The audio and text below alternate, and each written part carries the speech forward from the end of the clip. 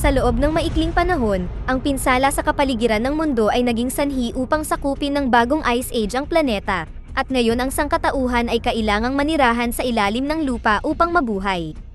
Sa isa sa mga natitirang outpost, tumunog ang alarm, at maririnig ang sigawan bago nagsimulang tumakbo sa pasilyo ang dalawang takot na tao dahil may mapanganib na humahabol sa kanila.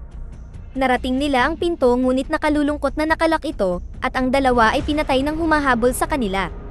Samantala, sa isa pang outpost, nasa labas si Sam at inaayos ang mga satellite dish nang mapansin niyang may lumabas na ilang mga lalaki. Ang taong may sakit ay humingi ng isa pang araw upang magpagaling, ngunit iniisip ni Mason na marami na silang nasayang na resources para sa kanya at naghanda upang barilin siya. Hindi pinansin ang pagmamakaawa ng lalaki na hayaan silang maglakad. Pinigilan sila ni Sam at pinaalalahanan si Mason na ang mga may sakit ay may karapatan na dapat igalang at maaari silang pumili ang maglakad, palayo sa lugar o mabaril upang mamatay, ngunit walang pakialam si Mason at pinatay pa rin ang lalaki, at sinabing ito ay para sa kapakanan ng kanilang kaligtasan. Sa pagbabalik ni Sam sa loob, nalaman natin na dahil ang ilang survivors na ito na nakatira sa nakakulong na espasyo na may limitadong resources ay takot sa karaniwang sipon. Sa huling pagkakataon na nagkaroon sila ng trangkaso, pumatay ito ng 20 tao sa loob ng wala pang isang linggo. Dahil dito ay gumawa ng bagong batas ang kanilang pinuno na si Briggs, kapag may nagkasakit, pupunta sila sa quarantine.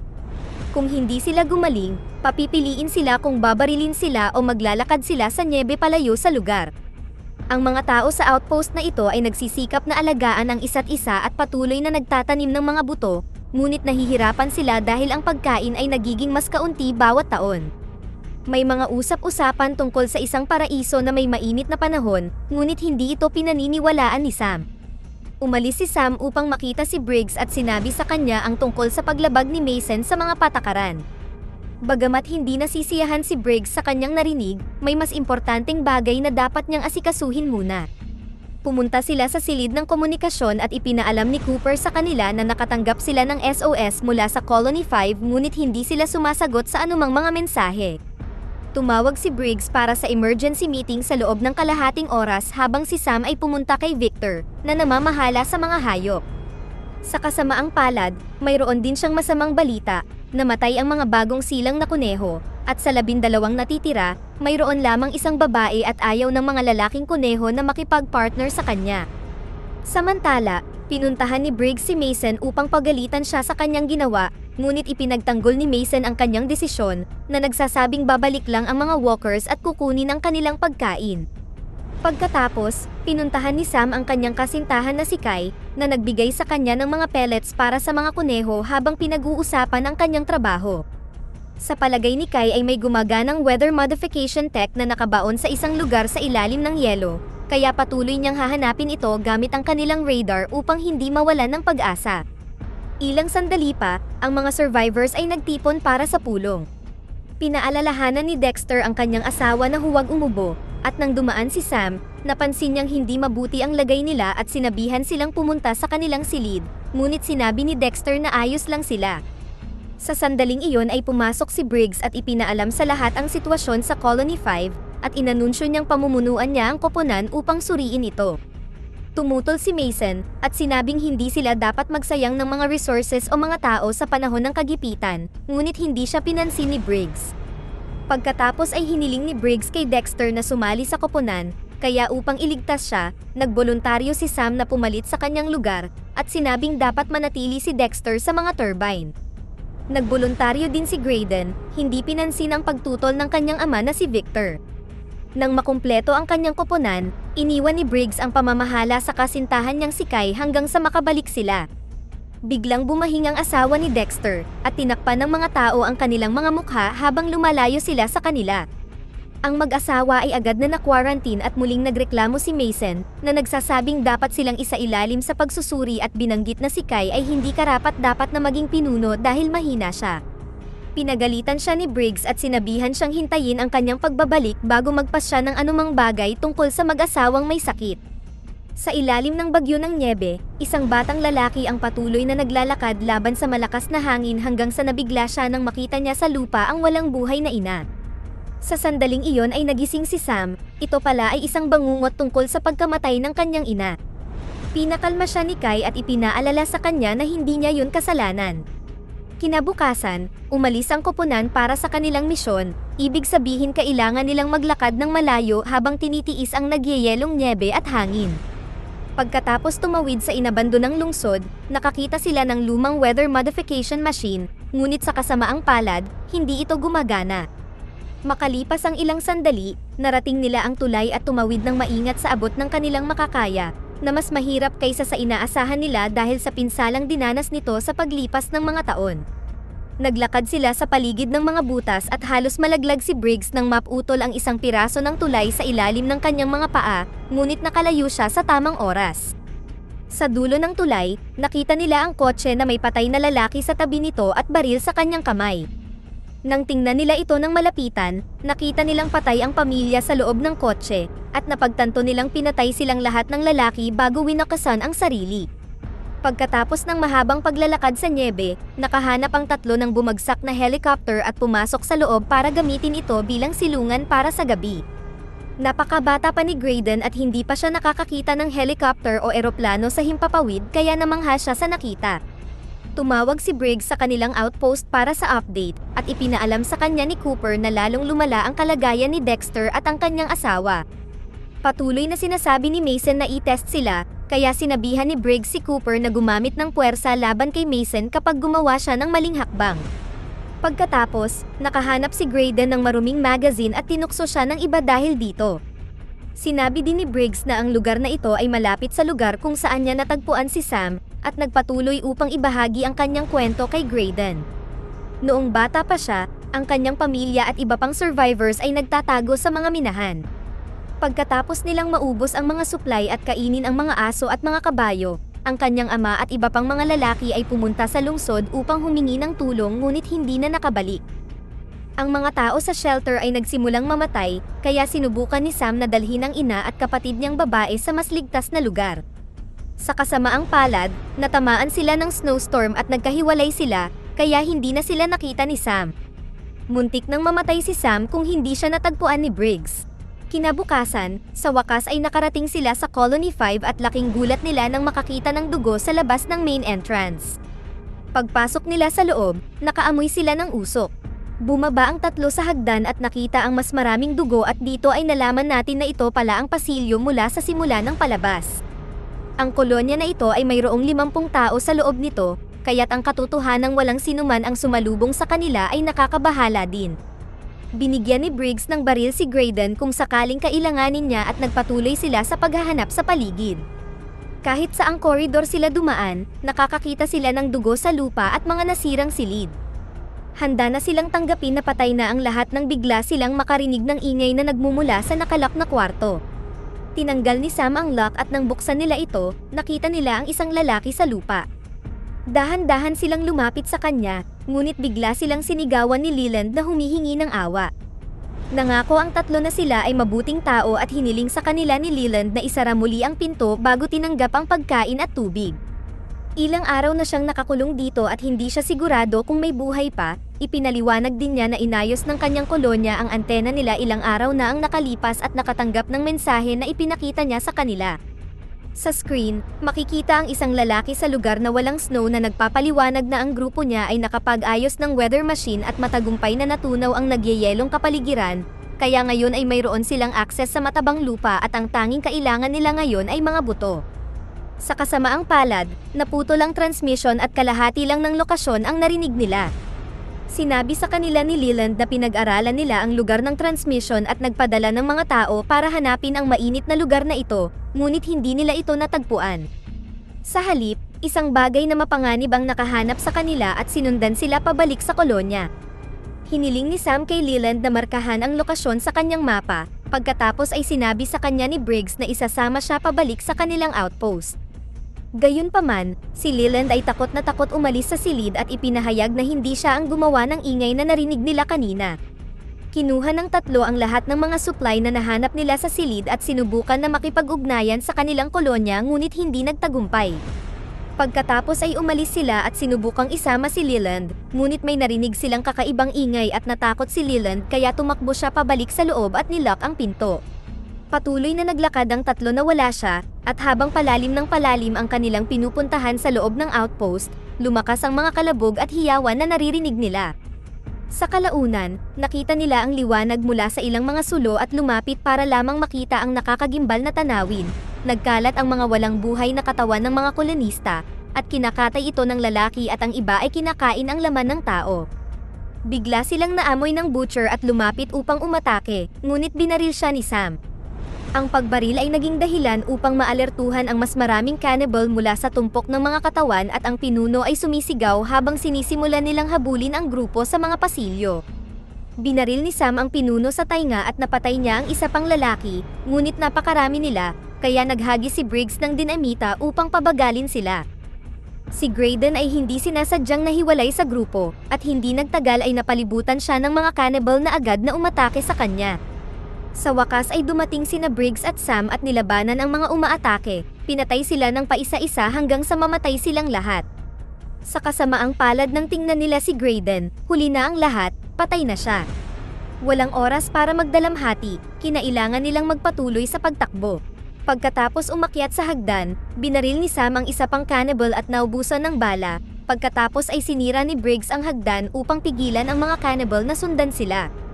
Sa kasamaang palad, may cannibal na nandoon sa lugar, kaya ipinagpatuloy ni Briggs na labanan siya at pagkatapos ng maraming pagsisikap, nagawa niyang barilin ito. Ang iba pang mga cannibal ay dumating kaagad at nakita kung ano ang ginawa ni Briggs, kaya ang pinuno ay sumigaw sa galit.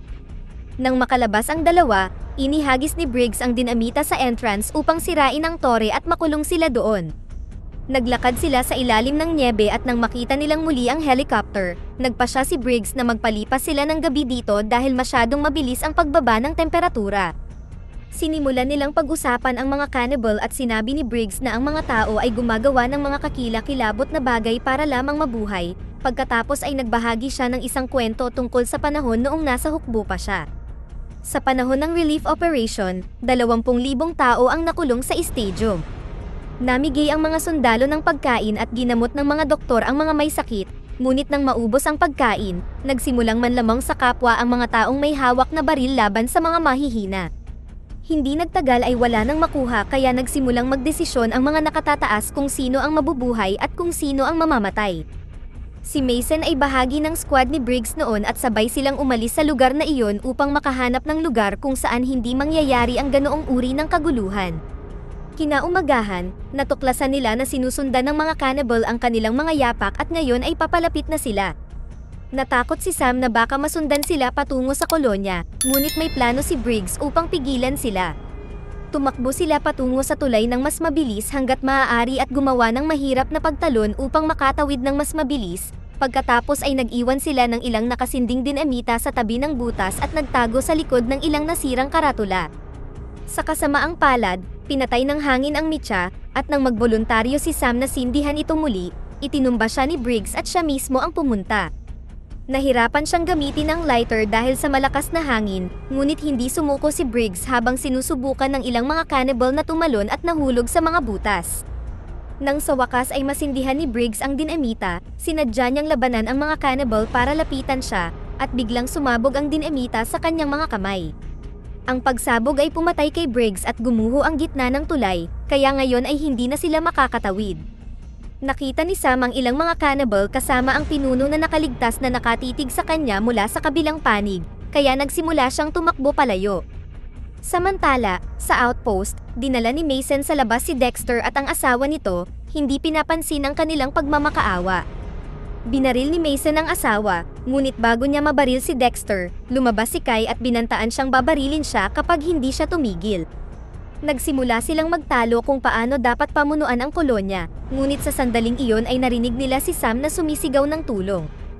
Ginamit ni Dexter ang distraction para tumakas at si Kai naman ay tumakbo para tingnan si Sam, na hinimatay dahil sa lamig. Lumapit din si Mason at pinatumba si Kai. Makalipas ang ilang oras, nagising si Sam sa loob ng outpost at sinabi niya kay Victor ang masamang balita tungkol sa kanyang anak. Biglang pumasok si Mason at pinusasan si Sam sa kama, sinabi din niyang nagkaroon ng pagbabago sa batas at ginamit ang dahilan na para ito sa kaligtasan nila. Ang mga rasyon ay babawasan, ang sinumang kakitaan ng mga palatandaan ng sakit ay susuriin kaagad, at sinumang tumangging magtrabaho ay hindi makakakain. Sinabi ni Sam kay Mason ang lahat ng nangyari at iginiit na dapat silang umalis bago sila matagpuan ng mga cannibal. Binanggit din niya ang mainit na lugar na nakita niya sa video. Gayunpaman, si Mason ay hindi naniniwala at umalis sa silid, at isinama ang lahat palabas. Bago umalis, ibinunyag ng maliit na bata na ninakaw niya ang susi at palihim na ibinigay kay Sam. Sa labas, binabantayan nina Mason at Victor ang posibleng paparating na panganib ngunit wala silang nakita. Sinabi ni Victor na hindi si Sam ang uri ng tao na magsisinungaling, kaya dapat pa rin silang maging handa laban sa pag-atake. Nagpasya silang gamitin ang mga security camera, ngunit naabala sila nang ipaalam sa kanila ng isa pang kolonista na nakatakas si Sam. Samantala, hinanap ni Sam si Kai at nakita siyang nakakulong sa ibang silid. Pagkatapos siyang tulungan na makalaya, ginamit niya ang computer upang hanapin ang lokasyon ng mensahe. Sa una, wala siyang nakita, ngunit pagkatapos tumingin sa paligid ng radar, sa wakas ay nakita niya ang isang mainit na lugar na nagpapatunay na totoo ito. Ang dalawa ay kumuha ng maraming buto hanggat maaari at nilagay ito sa kanilang mga bag at tumakbo upang sabihin ito sa iba, ngunit hinarang sila ni Mason at ng kanyang mga tauhan na nagpapaalala sa kanila kung sino ang namumuno. Bigla silang nakarinig ng malakas na kalabog sa labas, kaya tumakbo ang grupo para tingnan ang mga security camera. Sa kanilang pagkagulat, nakita nila ang mga cannibal na hinahampas ang mga pintuan upang makapasok, at itinaas ng pinuno ang ulo ni Dexter bilang banta bago sirain ang camera. Ngayon na naniniwala na siya kay Sam, mabilis na nag-utos si Mason, lahat ng makakabaril ay dapat bigyan ng sandata at ang iba pang mga tao ay magtatago sa vault. Habang ginagabayan ni Cooper ang lahat ng mga kolonista sa vault at binabantayan ang pinto, ang armadong grupo ay tumakbo sa pasilyo upang hintayang bumaba ang pinto. Saglit na namatay ang mga ilaw, at nang bumalik ito, bumukas ang pinto ngunit walang pumasok. Ngayon ay maririnig ang mga ingay sa loob ng shelter, at biglang may pumasok na cannibal mula sa lagusan sa harap mismo ni Cooper. Sinubukan niyang ipagtanggol ang sarili ngunit pinatumba siya ng cannibal at tumakbo sa vault, at mabilis na isinara ng mga kolonista ang pinto. Sa isa pang pasilyo, isang babae ang naghahanap ng mapagtataguan ngunit natagpuan siya ng cannibal at pinatay siya. Huli na nang mapagtanto ng mga kolonista na ang mga cannibal ay nasa mga lagusan dahil nahanap din sila ng kaaway. Isang matinding labanan ang naganap at parehong nasawi ang ilang tao sa magkabilang panig, ngunit gaano man karaming mga cannibal ang kanilang napatay, mas marami ang patuloy na dumarating.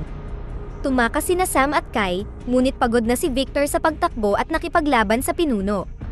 Nagpamalas siya ng mahusay na laban, ngunit sa kasamaang palad ay pinatay siya ng pinuno. Samantala, si Mason na sugatan ay tumakbo patungo sa ligtas na silid kung saan nagtatago ang ilang survivors na hindi nakarating sa vault, at isinara ang pinto bago makapasok sina Sam at Kai. Papalapit na ang isang cannibal, kaya pinatumba ng isang kolonista si Mason at pinapasok ang magkasintahan, ngunit sa kasamaang palad, nasundan sila ng cannibal sa silid. Agad itong binaril ni Kai at tumakbo sila para i-lock ang pinto, ngunit hindi ito magtatagal dahil dumating ang iba pang mga cannibal at sinimulang atakihin ito. Mabilis na nag-isip si Sam ng paraan at binuksan niya ang vent at sinabihan ang grupo na sundan siya palabas. Tumutol si Mason, na nagsasabing magyeyelo lang sila sa labas at dapat nilang pigilan ang kalaban. Hindi siya pinansin ng iba at dumaan sa vent, at huminto si Sam para bigyan ng baril si Mason bago siya umalis. Sa loob lamang ng ilang segundo, nasira ng mga cannibal ang pinto at hinarap si Mason, na bumaril ng tangke ng gas upang lumikha ng malaking pagsabog. Ang lahat ng mga cannibal ay namatay maliban sa pinuno, na nagtago sa loob ng vent sa tamang oras. Di nagtagal, naabutan ng pinuno si Sam at nagsimula silang mag-away sa loob ng vent, na bumagsak dahil sa kanilang pag-aaway at naging dahilan upang mahulog sila sa silid ng mga hayop. Nagpatuloy ang laban habang patuloy na ibinabato ni Sam ang anumang bagay na nahahawakan niya patungo sa cannibal, ngunit madali siyang natalo ng lalaki at sinimulan siyang bugbugin. Pagkatapos ng ilang tama, inihagis siya ng cannibal sa sahig at sinimulan siyang kaladkarin, na nagbigay kay Sam ng pagkakataon na makuha ang nahulog na kutsilyo at sinaksak ang kalaban sa binti. Sinubukan ng lalaki na ipagtanggol ang sarili ngunit sa pagkakataong ito ay mas nanaig si Sam at sinimulan siyang bugbugin. Galit na sinira ang kanyang mukha bago pinutol ang ulo sa bibig. Pagkatapos ay nagpa siyang umalis, at nakita ang pasilyo na nasusunog. Sa labas, si Kai at ang natitirang mga survivors ay lumabas sa vent at pinagmasdan ang kanilang tahanan na nasusunog. Sa sandaling iyon, lumabas din sa vent si Sam, at sinabi sa kanila na kailangan nilang hanapin ang mainit na lugar mula sa mensahe. Nagsimulang maglakad ang grupo sa nyebe, umaasang makakahanap sila ng bagong tahanan sa lalong madaling panahon. Dito na nagtatapos ang ating kwento. Sana ay nagustuhan nyo, mag-subscribe na kung hindi ka pa nakasubscribe, pindutin na rin ang notification bell at like button upang matulungan ang channel, and leave a comment down below, and as always, thank you for watching.